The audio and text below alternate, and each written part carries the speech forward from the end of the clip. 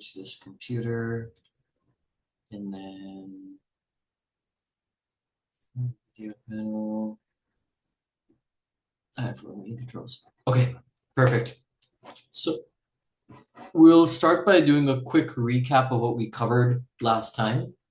So our whole premise for last time was how do you move from just doing an action, which we talked about with Karma Yoga, which was essentially when you start getting motivated to do an action and you start practicing detachment and all these other things associated with Karma Yoga, you're very much doing it for the sake of duty, right? And that's kind of like the mentality. It's almost like this like stoic like mentality that you have that like, oh, I am doing XYZ for the sake that this is for the this is the duty that I have towards society, XYZ.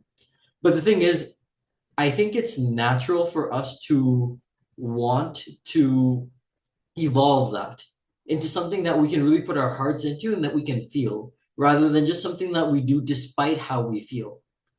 And that leads us to the practice of bhakti. Bhakti basically meaning devotion.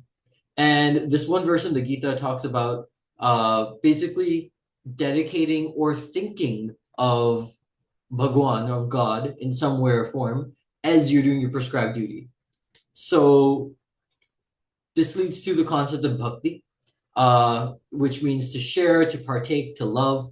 And it's basically how you're cultivating a loving relationship with the divine, often through a personal form.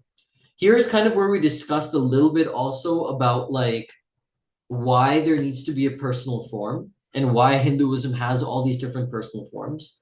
And one of the reasons that we talked about is there's a sense of like relatability that creates almost like this degree of comfort, something that you can feel like, oh, this is what I want to be. And that almost creates a loving relationship in the same way that like you meet some friends for the first time and you realize that you share this interest in common and things like that. So having that sort of feeling of connection makes it easier to start to feel inherently loving about the concept of the divine.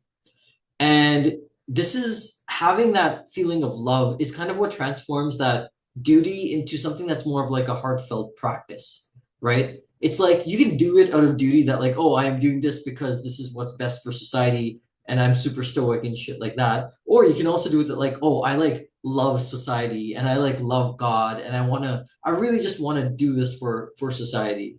And that's what we want to eventually evolve our practice into. So this is kind of like the 4 levels that they talk about in the Gita of Bhakti. The first part, which is very much aligned with Karma Yoga, is just renouncing the fruits of your actions. So practicing some degree of detachment. The second one is performing actions dedicated intentionally towards the divine. Like you're doing this that like, it could be something like you're praying to divine. It could be some ritual that you do. And there's so many different examples of what that may be. But doing anything that's really dedicated to the divine would be that. Constantly remembering God with devotion as you're doing your day-to-day activities. So starting to create this kind of like mindful focus on God, which interestingly enough ties in with one of the other pathways of enlightenment, which is Raja Yoga, the path of meditation, right? Because that is also intense focus. And then ultimately fixating your mind completely on Krishna and just on God, on Krishna, on whoever, and completely surrendering. And so now we then spoke about how Hindus practice bhakti. So there's pujas, which are basically like a ritualistic worship to these certain deities, which involve an offering, some mantras, which are sacred chants. Japa, which is mantra recitation, is kind of saying the same prayer repeatedly. Bhajans is more of singing songs of praise. And again, this also creates a sense of relatability, right? Like I think a lot of people like to sing, and singing about God and doing something out of that devotion is like building on that whole concept of relatability. And there are different types of bhajans, right? There's something known as a kirtan, which is kind of like a call and response bhajan. And what that means is, so let's say I'm the one that's leading the kirtan. I will sing some prayer of God, and then everyone that's in the crowd or in front of me will repeat singing it back. And it'll kind of be like a back and forth like that. And usually someone in the front will be playing some sort of instrument or something like that as well. We have seva, which is keeping God in your heart, uh, while basically doing any service to others, and that could be volunteering at the soup kitchen or just doing anything good for someone else, while having God in your heart is a form of seva. And then Shravanam is listening to stories about God. And that's actually what we're going to be doing today in some way or form. And I'll tell you a little bit more about it after. The kind of conclusion of all of this is that bhakti doesn't necessarily need to be something that you inherently feel. Like devotion is something that can be grown over time. And some people will naturally feel more devoted, and some people will, in a sense, almost have to work towards devotion by incorporating certain aspects into their lives. But it's something that can be cultivated over a period of time. And this whole concept of bhakti is also something that's very communal in nature. And most religions actually do have bhakti in some way or form. They have devotion in some way or form. It just looks very different from religion to religion, but the core concept is the same. And that also means that there's a benefit of being around other spiritually inclined people. And usually I like to think that this is twofold. One, in which the case that like it's kind of like your external environment starts to reflect how you think internally, what you see normal to be, and so on. And if you're surrounding yourself with people that are very devoted in some way or form, it's natural that you will become so as well. And the second thing, the second benefit of that is this is more of like, I guess you could say experiential or something that I felt, but I really feel like an energy difference when I'm around spiritually inclined people. And it's not something I can very much explain. It's not something I can like logically prove with science or anything like that, but just something I felt. So definitely feel that. And then yeah, there's rituals that you can do and so on that can start to grow this bhakti within you. And again, it doesn't have to be towards Hindu gods. It could be to whatever your religious practices are, or even to the universe. So now we're gonna start by talking a little bit more about Hindu bhakti and what some of the gods are. And we'll also talk about, basically, I'll be giving you a 20-30 minute TLDR on the world's largest poem known as a Mahabharata. And the Mahabharata is a story that is very integrated in Vedic culture. It's the story of two sets of cousins, one evil, one good, that ultimately fight a battle between each other. And they're rulers of a kingdom next in line to be kings and so on. And it's about their story. But the interesting thing about the Mahabharata is it has a lot of really interesting sub-stories that create some sort of moral dilemmas, essentially. And this ties in a lot with what we talked about earlier. If you remember from like my first or second lecture, that Hinduism has a lot to do with dharam sankats. Dharam sankat basically means moral dilemmas. And the purpose of the Mahabharata, or one of the purposes, was to try to make a story that reflects as much as they can from that period the moral dilemmas that human beings can face in their day-to-day lives and so on. So now starting by talking about what we call the big three, the Trimurti, we have Brahma, Vishnu, and Shiva. And Brahma, Vishnu, and Shiva, these are all AI generated images. I had so much fun making this because I just kept on looking up these images and like they look kind of hype. I'm not gonna lie, like they look sick. So yeah, so Brahma is the creator, Vishnu is the preserver, and Shiva is the destroyer. And having this cycle of three in Hinduism is very representative of just generally the cyclical nature of the way that Hinduism views things. And that actually has a lot of like there's so many instances where things are viewed as cyclical. There's a general theme where something starts off being very good, it goes through over a period of time, it gets excessive, and then it needs to be destroyed. And then a new thing to allow something new to come about. And that's very much an understanding that people that were writing the Vedas or not writing the Vedas, but were kind of like that knew the Vedas well and all these other different texts had an understanding of. Now, of these, generally Vishnu and Shiva are worshipped far more than Brahma. And in that, so you have a large segment of Hindus called Vaishnavites. And Vaishnavites kind of view Vishnu as like the ultimate reality, like this is the ultimate God is Vishnu. And the Shaivites view Shiva as the ultimate God. So that's kind of like there's some distinctions over there. And then there's some that view all of these as ultimately still like almost like demigods in some way or form of like that unmanifest Brahman, which is like that ultimate reality.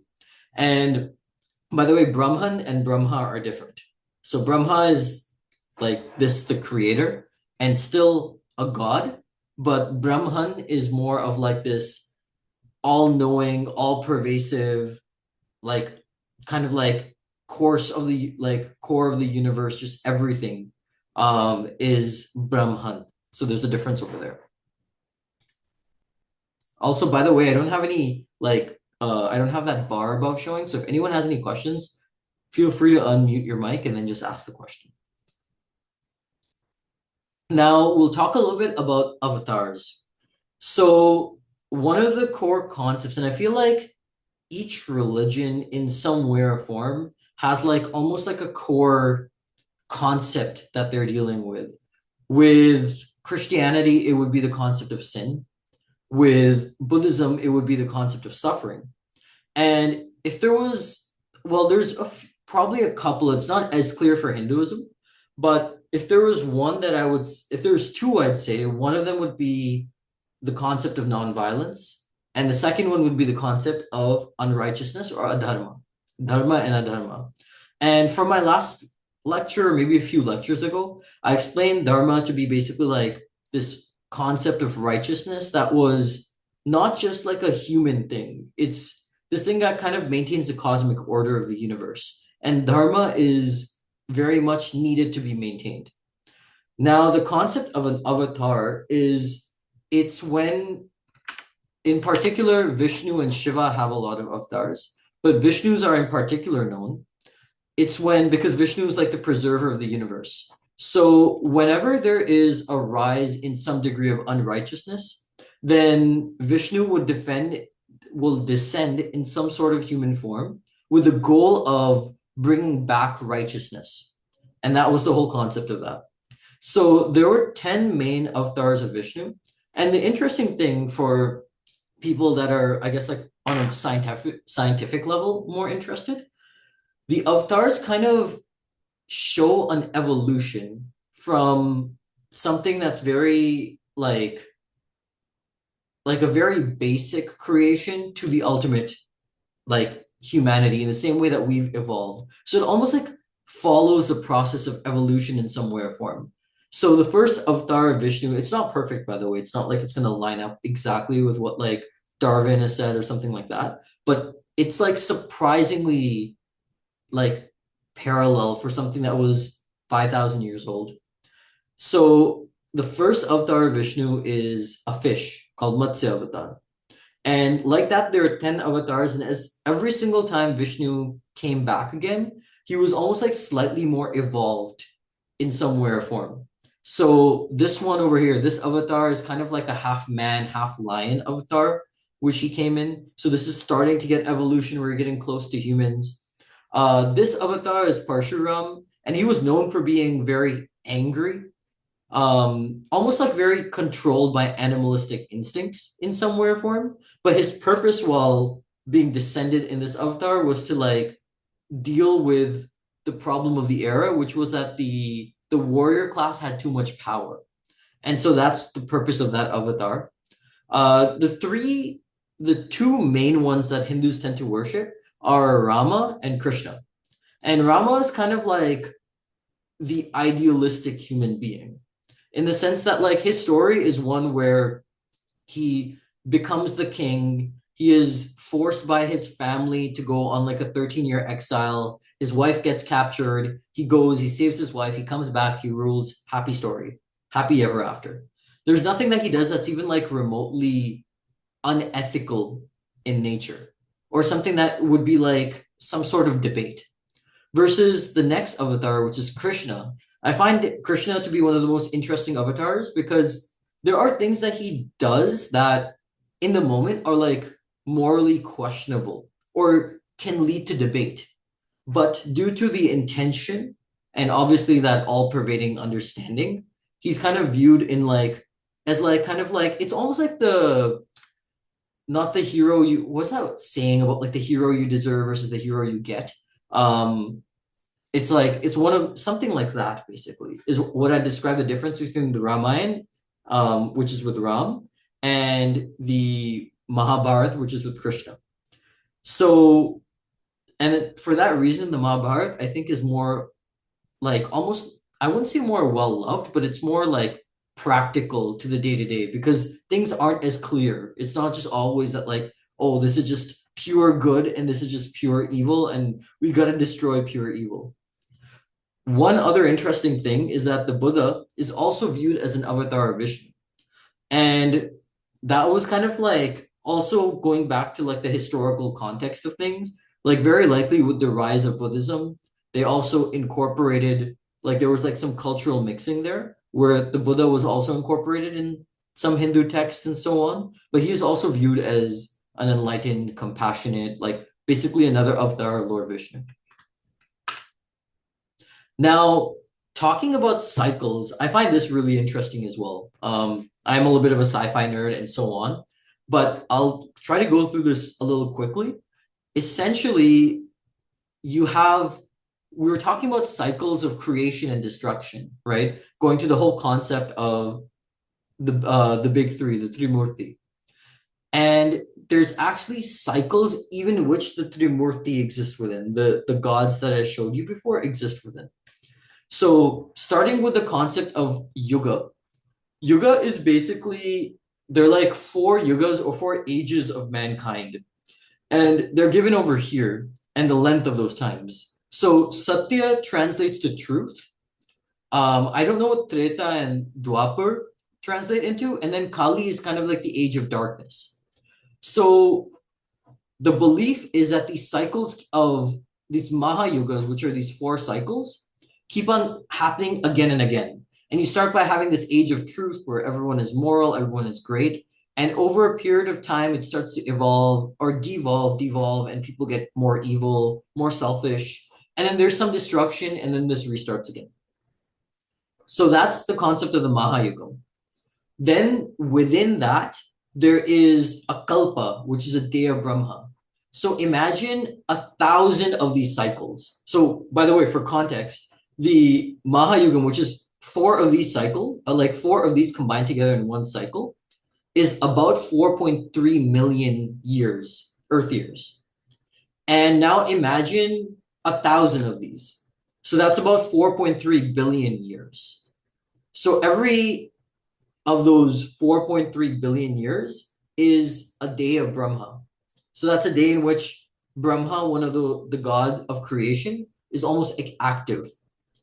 So then there's like day and night of Brahma, which is basically that in the day he is almost like active. There's creation happening. There's a lot going on. And then in the night of Brahma, it's kind of dormant. So there's nothing going on. And that also is indicative of like a creation destruction cycle. But then if you zoom that out even further, you have years of Brahma, and then afterwards you have a lifetime of Brahma. So imagine if that kalpa, which is 4.3 billion years, is one day.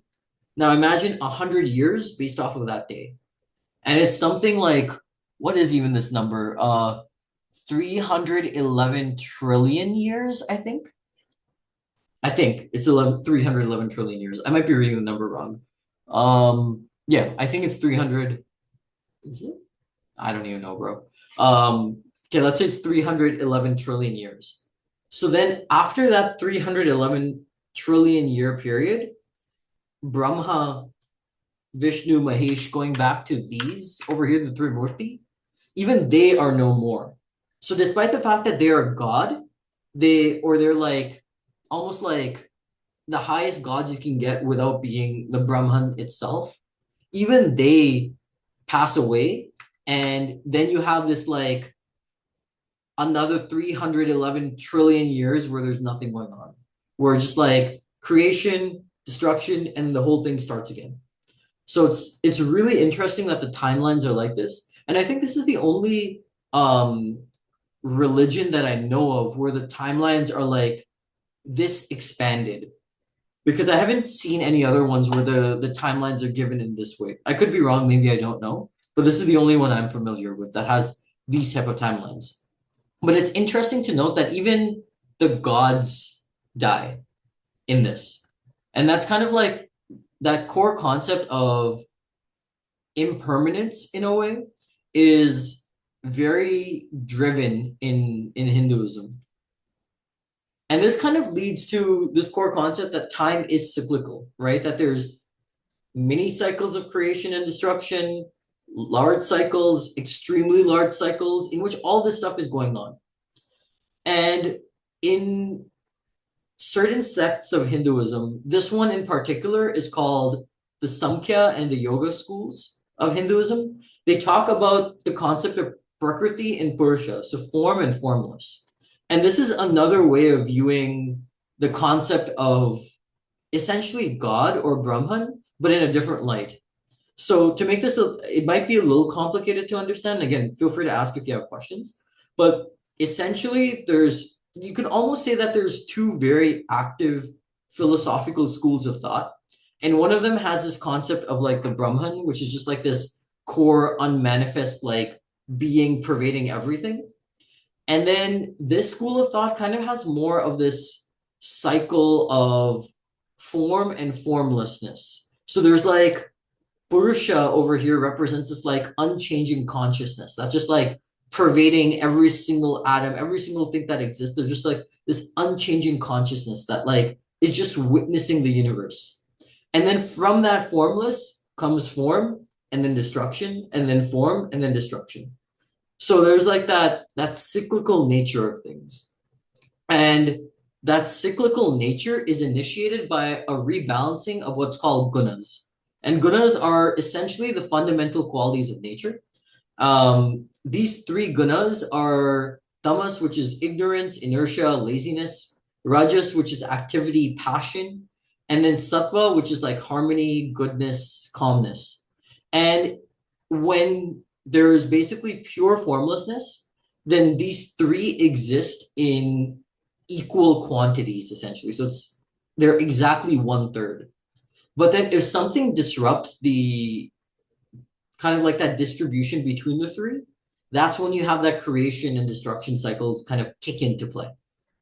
So this is just another way that they view the concept of form and form of like, I guess like the entire universe and the concept of God in some way or form.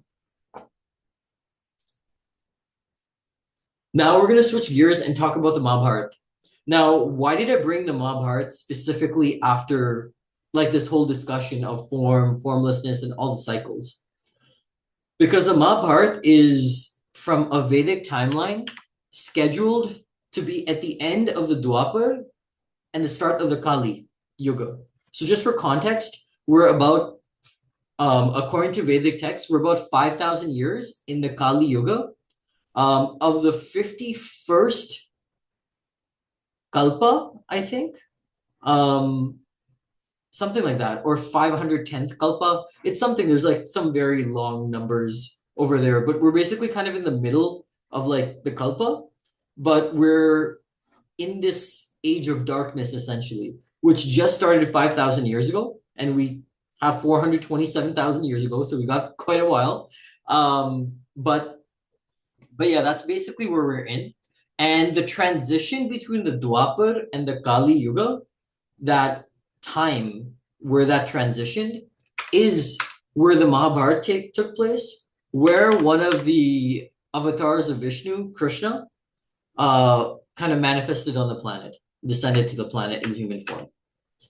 So the Mahabharata itself is really interesting. As I mentioned, it's like the longest poem ever written. It's over 100,000 verses. And the words Mahabharata, Maha means great. Bharata basically represents to the lineage of Bharat, who was one of the rulers of India. a long time ago, but it's essentially the Great Tale of India, is what you could almost interpret it as. And obviously, we got some AI generated images over here. They look beautiful. Got a massive war going over here, beautiful construction here. But the the Mahabharata is really interesting for what I mentioned, that it's not, even though that there is a good side and a bad side, things aren't extremely clear. Like the good side will commit bad actions, the bad side will commit good actions, and it's like there's more of an overlap and there's a lot of moral dilemmas in terms of what's right. And so as a group, we're gonna almost speed run through the Mahabharata as best as we can within 20, 30 minutes and try to just do like get an understanding of what that looks like. So I'm going to start by taking you to, actually, I'll start by pulling up this timeline. This is the family tree, and these are probably like I've simplified this a lot because there's actually an insane amount of like sub stories of how each of these things came to be, these people came to be, what their backstory is, how are they related to different demigods, and all this stuff. But to make it simplified, we have Bhishma. You could basically consider him like the old grandfather of like the family, kind of like that old guy that just seen a lot, you know, like old grandfather that's seen a lot.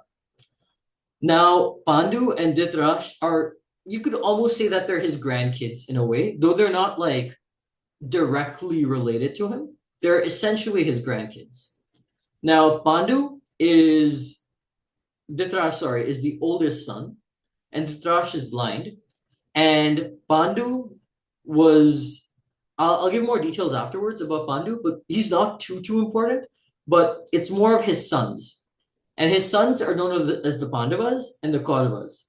So the whole story of the Mahabharata is between the Pandavas and the Kauravas, and that war that takes place is between both of these.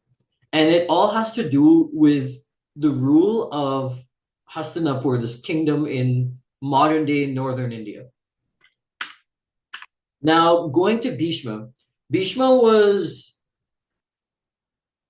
when he was growing up, his father basically didn't have, his father, whose name was Shantanu, he didn't have a wife. And the reason, there's a long backstory as to why that happens and so on. He had a wife, didn't have it anymore, doesn't have it anymore. And 20 or so years go by, Bhishma grows up, and he's like this super competent young man. And Shantanu falls in love with this girl he meets at like the riverbank. Now, the concern for the girl, by the way, Shantanu is like the king of this kingdom, of this Hastinapur. Now, the concern that that girl has is that like she already has two sons of her own from somewhere else. And she's worried that if, let's say, she gets married to Shantanu, that her kids won't get to rule Hastinapur. They won't get to like succeed after Shantanu because Bhishma already exists. So Bhishma, being this supposedly, and again, this is more debatable, and we'll discuss this a little bit as well. He's like, I want to make sure my dad gets married. He lives this happy life, etc., etc. And so to that girl, he goes and he pledges that he will never marry, or that he will never serve the throne. That's the first promise that he makes. And after that, then that same lady is like, okay, fine, maybe you won't take the throne, but like you might get married, you might have kids, and then your kids would have a right on the throne. She basically just wanted her kids and her lineage to continue to have control over the throne. And Bhishma, being this noble guy that he was like, that's it. I'm not going to even get married. I'm not going to have kids. All I'm going to do is I'm going to serve the throne for the rest of my life. And this is this very, very strong promise that he makes. And that promise gives him actually the name Bhishma. He has this other name, I think it's like Devrata or something. But because of that, he gets the name Bhishma. And Bhishma basically means terrible, like, so the words Bhishma Pratigya means terrible vow. So it's because he took this very terrible and extreme vow that he was not going to get married, he was not going to have kids, he was not going to take the throne, despite the fact that he was competent and he was very well equipped to handle the throne. Like from all respects, he should have taken, I guess in some way he was like he was ready for it, right? And he sacrificed that for his father's happiness. So this is like the first core theme. Now, the questions I have for you, and you guys can take some time to think about this, is do you think that Bhishma made the right decision? If you think about the concept of dharma, and we can go back and even review that, I can actually, let me do this. Wait, there's someone in chat. Would you say that happens for you, for people? Ellie, what is this in context to? Sorry, I think I saw this a while. I just saw this question now. I answered. Okay, cool. Cool. Okay, let me put these questions in the chat. Uh,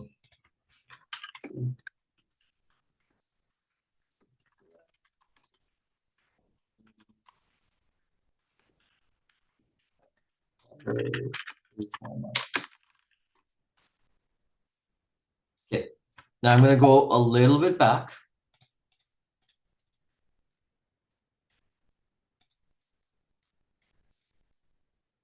to this.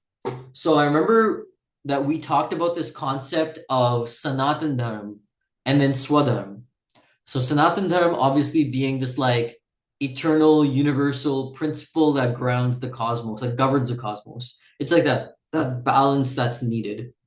And then Swadharma is like your own personal duty. It's like your responsibility to society. It's determined by your circumstances. It's determined by all these other things.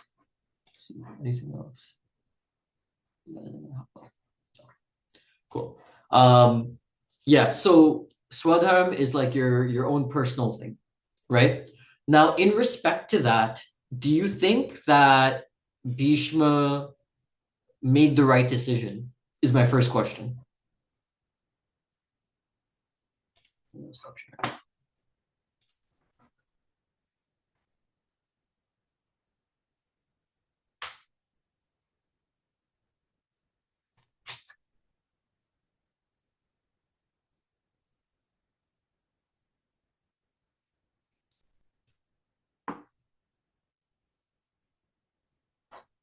Trent, go ahead.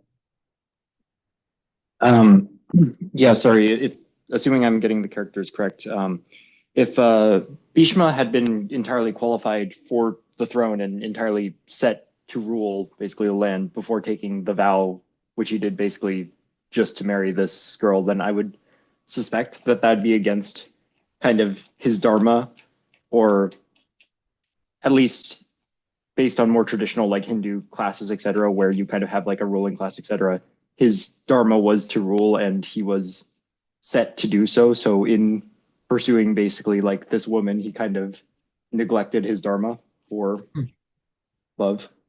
Yeah, sorry, maybe I didn't give the context fully clearly, but he sacrificed so his dad could get married.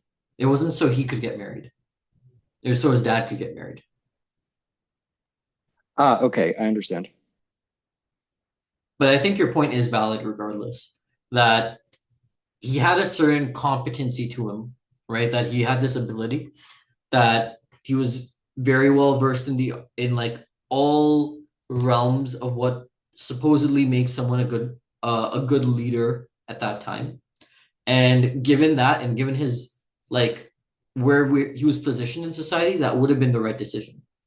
Now, you could also understand it from like a side of like a son where you're like, oh, I want to make sure my dad is happy. So there is a little bit of that dynamic there. But does anybody else have any other inputs on what they think?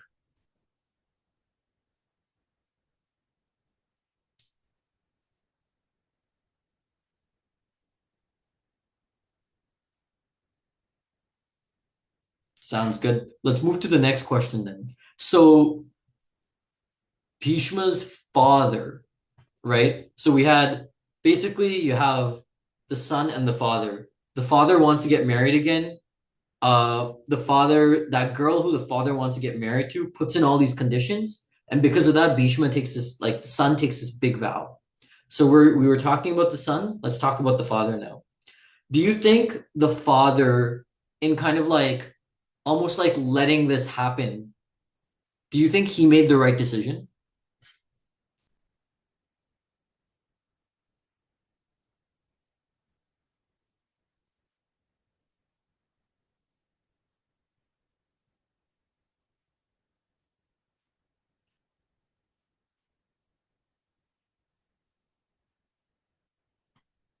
Anyone have any ideas?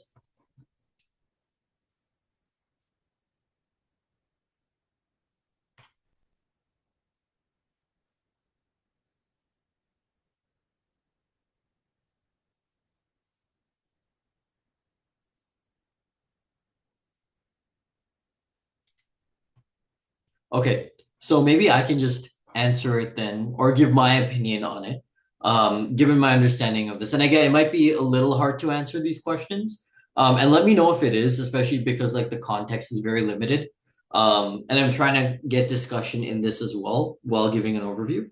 But my opinion on this is that like if your role is you're the king of a certain society and this woman is giving all these unreasonable demands, which is basically like it may be reasonable from her side if she's thinking of her kids, but it's unreasonable when you think of like your role in society as a king.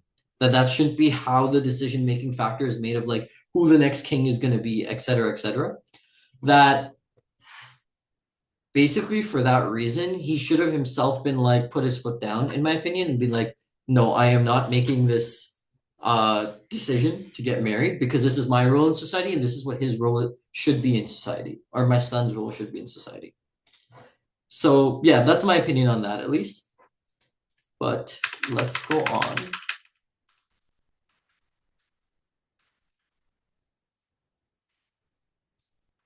So the interesting thing that happens afterwards is the kids of that lady that were supposed to rule the throne, they do briefly, but then they both die. But because Bhishma kind of made this decision, the son made that decision that he was never going to rule the throne, he was never going to get married. He ended up never getting married. He didn't ever take the throne. And he was always kind of just like this grandfather like figure that was like supporting of the throne, regardless of who was on it. And that's what he felt his responsibilities were. Now, then after that, you had the two grandsons, right? Pandu and Dhritarashtra. Now, Dhritarashtra was like the older one. This is like the older king, and but the thing was he was blind. And I guess in some symbolic way, he was also like metaphorically blind in the sense that he didn't understand reality. Not in like a like in the way that like I guess he didn't understand what his role in society should have been. And he didn't basically serve his role as a father as his kids were growing up, and his kids grew up kind of evil and very selfish. So that's the Kauravas. And then Pandu's kids, they grew up in a lot less selfish of a way. And so they were ones that followed their dharma essentially. So if you want to just like simplify this, I know the names are a little complicated. Basically, Pandavas are good, they follow their dharma. Kauravas are bad, they generally follow their own selfish desires. And that's like the summary of this family tree. Now, the issue was that both of them theoretically have a stake. And the reason for this is because Dhritarashtra was like the blind guy, wasn't made the ruler initially.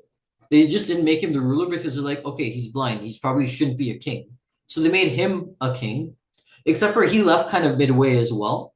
So they then made him the king. So theoretically, you have this weird thing where like technically they both have the right to be kings. The Pandavas, the five brothers here do, and the Kauravas, the 100 brothers here do. And just for context, by the way, like these are the good guys, and there's five of them. These are the bad guys, and there's 100 of them.